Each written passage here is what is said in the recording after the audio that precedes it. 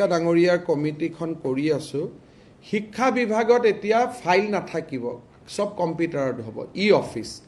সেইবিলাক যতীন হাজৰিকা ডাঙৰীয়াই কোৱা নাছিল কাৰণ 2005ত তেতিয়া এনেকুৱা টেকনলজি ডেভেলপ হোৱা নাছিল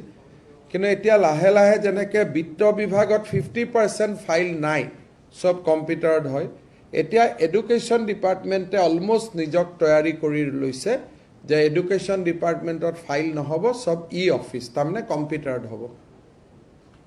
ইন 5 years টাইম আমি সেক্ৰেটাৰিয়েটত ফাইলটো নোহোৱা কৰি দিম সব ই অফিচত লৈ আহিম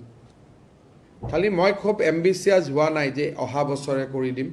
we are taking step slowly but very firmly যেটো কৰিছোঁ এটোৰ পৰা আৰু বেক ট্ৰেক কৰা নাই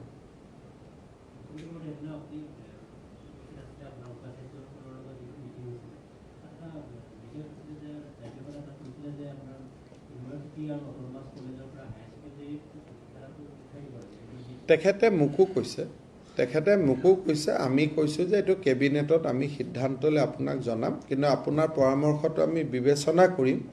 কিন্তু মই ভাবোঁ যে it will take another years time কাৰণ এইবাৰ কোভিডৰ সময়ত আমাৰ চিট নাথাকিব কাৰণ এইবাৰতো সব ল'ৰাই মেট্ৰিক পাছ কৰিব গতিকে এইবাৰ অকণমান হয়তো তেখেতৰ পৰামৰ্শটো মনাত অসুবিধা হ'ব কিন্তু পৰামৰ্শটো খুব যুক্তিপূৰ্ণ গতিকে হয়তো অহা বছৰৰ পৰা আমি 2022-23ৰ পৰা তেওঁৰ পৰামৰ্শটো আমি মানিব লাগিব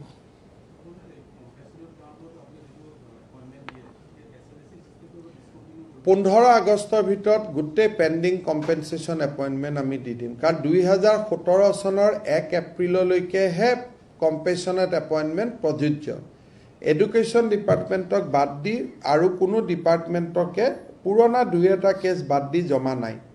গতিকে সেইখিনি ডাইৰেক্ট মিনিষ্টাৰে দি দিব বুলি মই কৈ দিছোঁ যে SLSC নালাগে আৰু কাৰণ কেইটামান কেছে বাকী আছে 15 আগষ্টৰ ভিতৰত এডুকেশ্যনে এপইণ্টমেণ্টখিনি দি দিব পাৰিলে অসমত আৰু অনুকম্পামূলক নিযুক্তিটো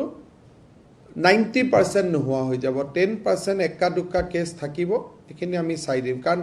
17 চনৰ পিছত কোনোবা মৃত্যু হ'লে পৰিয়ালটোৱে কৰ্মচাৰীজনৰ পূৰ্ণ দৰমহা পাই থাকে কম্পেনচেশ্যনেট এপইণ্টমেণ্টৰ নিয়ম আৰু এতিয়া নাই